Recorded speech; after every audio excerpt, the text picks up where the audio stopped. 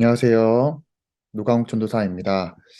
2월 첫째 주 성경 공부 시간이 왔습니다. 길고 길었던 왕이신 예수 따르기 프로젝트 2년 만에 이제 끝났습니다. 오늘부터 저랑 함께 할 성경 공부 새롭게 시작되는 게 있는데 바로 저자 팀 켈러의 책 중에서 함께 나누며 나아가려고 합니다. 오늘 함께 부르실 찬송은 207장입니다. 오늘 우리에게 주시는 하나님의 말씀은 예레미야서 29장 4절에서 14절 말씀입니다. 조금 긴 내용이지만 함께 읽어보겠습니다. 만군의 여호와 이스라엘의 하나님께서 예루살렘에서 바벨론으로 사로잡혀 가게 한 모든 포로에게 이와 같이 말씀하시니라. 너희는 집을 짓고 거기에 살며 텃밭을 만들고 그 열매를 먹으라. 아내를 맞이하여 자녀를 낳으며 너희 아들이 아내를 맞이하며 너희 딸이 남편을 맞아 그들로 자녀를 낳게 하여 너희가 거기에서 번성하고 줄어들지 아니하게 하라. 너희는 내가 사로잡혀 가게 한 그 성읍의 평안을 구하고 그를 위하여 여호와께 기도하라. 이는 그 성읍이 평안함으로 너희도 평안할 것임이니라. 만군의 여호와 이스라엘의 하나님께서 이와 같이 말씀하시니라. 너희 중에 있는 선지자들에게와 점쟁이에게 미혹되지 말며 너희가 꾼 꿈도 곧이 듣고 믿지 말라. 내가 그들을 보내지 아니하였어도 그들이 내 이름으로 거짓을 예언함이라. 여호와의 말씀이니라. 여호와께서 이와 같이 말씀하시니라.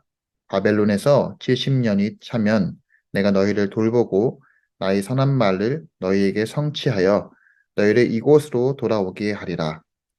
여호와의 말씀이니라. 너희를 향한 나의 생각을 내가 안하니 평안이요 재앙이 아니니라. 너희에게 미래와 희망을 주는 것이니라. 너희가 내게 부르짖으며 내게 와서 기도하면 내가 너희의 기도를 들을 것이요 너희가 온 마음으로 나를 구하면 나를 찾을 것이요 나를 만나리라. 이것은 여호와의 말씀이니라. 나는 너희들을 만날 것이며 너희를 포로들 중에서 다시 돌아오게 하되 내가 쫓아 보내었던 나라들과 모든 곳에서 모아 사로잡혀 떠났던 그곳으로 돌아오게 하리라. 이것은 여호와의 말씀이니라. 아멘. 함께 나누게 될 성경 공부의 내용에는 크게 5가지의 파트로 나누어 볼 수가 있습니다. 그중 첫 번째 파트, 지금 내가 살고 있는 세상의 모습입니다. 조금 더 구체적으로 내가 살아가고 있는 도시에 대해서 하나님은 어떻게 우리에게 말씀을 하고 계시는가에 대해서 나누어 보고자 합니다. 제가 첫 번째 질문을 좀 해보려고 합니다. 우리는 어떤 시선으로 세상을 바라보고 있나요? 조금 더 구체적으로 교회를 다니는 사람들의 입장에서 교회를 다니지 않고 예수님을 모르고 복음을 적대시하는 사람들을 우리는 어떻게 바라보고 있나요? 이 질문을 받았을 때 순간적으로 드는 생각은 무엇인가요? 사람마다 다 다르겠지만 흔히 이런 생각들을 많이 하게 되는 것 같습니다. 복음 전해야지. 기도해 줘야지. 내가 세상과 맞서지 않고 선한 영향력을 주어야지. 또 한편으로는 완전 적대시해서 세상을 멀리하고 나는 교회 안에서만 자신의 신앙을 지키는 것에 대해서 생각하시는 분들도 있을 것입니다. 다양한 생각들이 있겠지만 오늘 저는 하나님의 마음을 나누고자 합니다. 과연 하나님은 세상을 바라볼 때 우리가 살아가고 있는 이 도시를 바라볼 때 과연 어떤 마음을 가지고 계시는지 또 우리에게 바라는 마음은 무엇인지를 나누어 보고자 합니다. 저는 개인적으로 첫 번째 질문을 들었을 때에 되게 이런 생각을 많이 하게 됩니다. 그래, 다 알고 있지. 복음 전해야지. 세상으로 나아가야지. 하지만 그럴 만한 용기와 어떠한 준비, 어떤 다짐이 있는 것인가? 정말로 진심을 다해서 세상에서 하나님의 사람으로 살아가고 있는 것인가? 또 하나님의 뜻을 이루고 살아가고 있는 것인가? 많은 기독교인들은 어떻게 살아가고 있는가 고민을 많이 하게 됩니다. 저는 오늘 이 성경 공부 짧은 시간이지만 개인적인 저의 바람은 한번 우리 모두가 용기를 좀 가지고 세상에 나아가서 하나님의 뜻을 이루어가는 어떤 동기부여가 되어서 준비하는 삶을 살아가는 우리 증산제일교회 모든 성도가 되시기를 주님의 이름으로 축복합니다. 오늘 본문 예레미야서 29장 4절에 하나님은 이렇게 말씀을 하십니다. 만군의 여호와 이스라엘의 하나님께서 예루살렘에서 바벨론으로 사로잡혀 가게 한 모든 포로에게 이와 같이 말씀하시니라. 이 본문 4절을 볼 때 여기서 대상은 누구인가요? 바로 바벨론에 사로잡혀 갔던 그 바로 이스라엘 포로들이죠. 예루살렘을 떠나게 됐던 이스라엘 백성들, 바벨론으로 끌려가든 그들의 마음은 어떤 희망을 꿈꿀 수도 없고 도망가고 싶은 마음이 많았을 것입니다. 내일이면 다시 예루살렘으로 돌아갈 수 있겠지. 그런 마음들이 하루, 이틀 계속 쌓여가지만 변하지 않는 현실에 그들의 마음에는 어떤 희망과 소망을 품을 수 없는 상태였을 것입니다. 내가 만났던 하나님을 생각하며 살아갔던 이스라엘 백성들, 하루하루 하나님을 생각하는 마음들이 있었을 것입니다. 하지만 사람들은 연약하고 또 어떤 환경과 상황에 노출이 되어 있게 된다면 사람의 마음은 흔들리게 됩니다. 당시 예레미야 시대에 바벨론 사람들은 이스라엘 백성들을 향해서 자신들과 동화되어서 영적 정체성을 잃어버리기를 원했습니다. 더불어서 거짓 선지자들이 등장하면서 도시 안으로 들어가지 말고 영적 정체성을 지켜야 한다고 주장을 합니다. 어떻게 보면은 이 거짓 선지자들의 말이 사람들의 마음을 더 잘 알고 있기에 당연히 그런 주장을 했을 것 같긴 하지만 분명한 사실은 포로로 끌려간 이스라엘 백성들을 향한 하나님의 뜻은 거짓 선지자들과 달랐습니다. 포로로 끌려간 이스라엘 백성들을 향한 하나님의 뜻은 이러했습니다. 오늘 본문 5절부터 14절까지의 내용입니다. 조금 정리를 하자면 첫 번째는 이렇습니다. 너희는 집을 짓고 그곳에서 텃밭을 만들고 살아가라. 그리고 그곳에서 아내를 맞이하고 가정을 이루어서 생육하고 번성하여라. 두 번째입니다. 너희들이 머물고 있는 그 성읍에 평안을 구하고 그들을 위하여서 여호와께 기도하여라. 세 번째입니다. 곳곳에 등장하고 있는 거짓 선지자들의 미혹되지 말라. 네 번째입니다. 너희들의 그 포로 생활 70년이 차면은 내가 너희를 돌보고 선한 말을 성취하여서 이곳으로 돌아오게 하리라.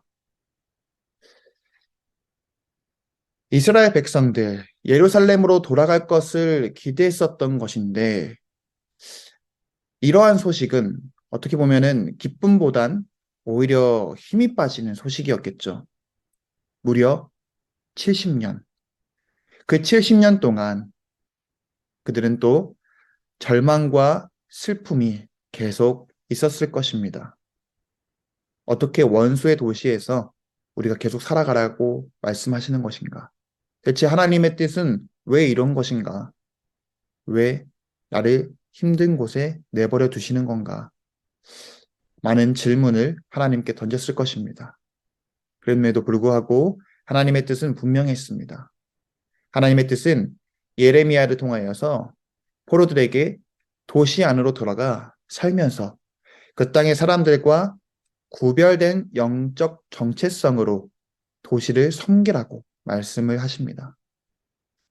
이처럼 하나님은 도시와 그 안에 사는 사람들을 아끼신다는 것을 우리는 알 수가 있습니다.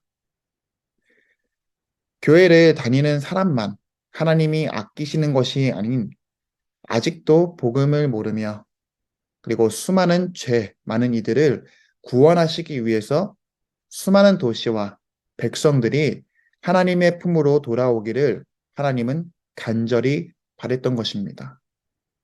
그 뜻이 바로 이스라엘 백성들의 구별된 영적 정체성으로 그 도시를 섬기라고 말씀하신 것처럼 오늘날에는 우리에게 적용해 보자면 하나님은 우리 또한 영적으로 세상과 구별된 정체성으로 하나님의 백성으로 우리가 살아가고 있는 도시를 섬기며 우리 많은 사람들을 주변 사람들을 품어주며 섬기라는 뜻에 있습니다. 여기서 생각해 보아야 될 것은 우리의 섬김의 본이 되신 예수님의 모습을 생각해 봐야 합니다. 예수님의 모습, 자신의 모든 것을 내려놓으셨고 또 아낌없이 수많은 사람들에게 사랑으로 다가갔습니다. 이러한 예수님의 모습, 우리가 닮아가야 하는 모습이며 그 안에서 주님께서 주신 마음으로 우리가 세상을 섬길 때 비로소 그때 하나님은 우리를 통해서 일하시게 될 것입니다. 기독교는 그리스 로마 세계의 도시 문명 속에서 삶의 빈곤, 혼돈, 공포, 야만성에 대항하여 일어난 재활력화 운동으로 기능했습니다. 쉽게 말해서 도시의 삶을 새롭게 하는 활력을 불어넣었던 것이 바로 기독교의 역할이었습니다. 예를 들자면 노숙자와 빈곤층으로 가득한 도시에 자선뿐만 아니라 희망을 제공하는 것, 그리고 이주자와 이방인들로 가득한 도시에 민족 간 격렬한 갈등으로 찢겨진 도시에 연대의 새로운 토대를 제공한 모습, 바로 이런 모습들이 바로 기독교의 모습이었습니다. 이러한 기독교의 모습을 우리가 생각해 볼 때 오늘날 우리가 믿고 있는 이 기독교는 어떤 모습인가? 교회는 어떠한 모습으로 나아가고 있는 것인가? 우리가 살아가고 있는 이 도시에서 기독교는 새로운 삶의 활력과 희망과 소망의 소식을 전해주고 있는 것인가? 우리는 돌아봐야 합니다. 인도에 태어난 목회를 연구한 J.N. 마노카란 목사의 저자에는 이런 글이 있습니다. 도시를 괴물로 보아서는 안 됩니다. 필요를 가진 사람들의 공동체로 보아야 합니다. 도시와 세상을 바라보는 우리의 시선은 어떤가요? 또 여러분들은 도시를 바라볼 때 어떤 마음을 가지고 있나요? 무려 70년의 포로 생활을 해야 했던 이스라엘 백성들은 어떤 마음으로 그 시간을 지냈을까요? 만약에 우리 또한 이러한 삶을 살아가고 있다면 바벨론의 환경처럼 우리의 신앙을 흔들고 수많은 정체성의 혼란과 악함이 가득한 세상에서 우리가 만약에 그곳에서 살아간다고 할 때 우리는 어떤 마음과 어떠한 삶으로 살아가고 있을까요? 하나님은 오늘날 우리에게 이렇게 말씀하십니다. 오늘 본문 11절부터 13절 말씀입니다. 나의 생각은 재앙이 아니요 평안이라. 그리고 미래와 희망을 주는 것이다. 그리고 내게 부르짖고 기도하면 내가 들을 것이다. 온 마음으로 나를 구하면 찾으며 만나리라. 라고 하나님은 말씀해 주십니다. 우리가 살아가고 있는 도시, 세상을 바라보면 수많은 유혹과 수많은 정체성으로 인해서 우리의 신앙을 흔들 수는 있지만 그 기간이 언제까지 연장된다고 할지라도 주님이 우리와 영원히 함께 하심을 잊지 마시고 세상과 구별된 영적 정체성을 가져서 세상을 품고 하나님의 뜻을 이루어가는 삶이 되시기를 바랍니다. 조금 더 사랑으로 품을 수 있는 넓은 마음을 가져서 내가 줄 수 있는 어떤 선한 영향력을 세상에 펼쳐서 하나님의 사랑을 전하는 증산제일교회 모든 성도가 되시기를 주님의 이름으로 축복합니다. 이제 주님께서 가르쳐 주신 기도로 오늘 성경 공부를 마치겠습니다. 하늘에 계신 우리 아버지, 아버지의 이름을 거룩하게 하시며 아버지의 나라가 오게 하시며 아버지의 뜻이 하늘에서 같이 땅에서도 이루어지게 하소서. 오늘 우리에게 일용할 양식을 주시고 우리가 우리에게 잘못한 사람을 용서하여 준 것 같이 우리 죄를 용서하여 주시고 우리를 시험에 빠지지 않게 하시고 악에서 구하소서. 나라와 권능과 영광이 영원히 아버지의 것입니다. 아멘.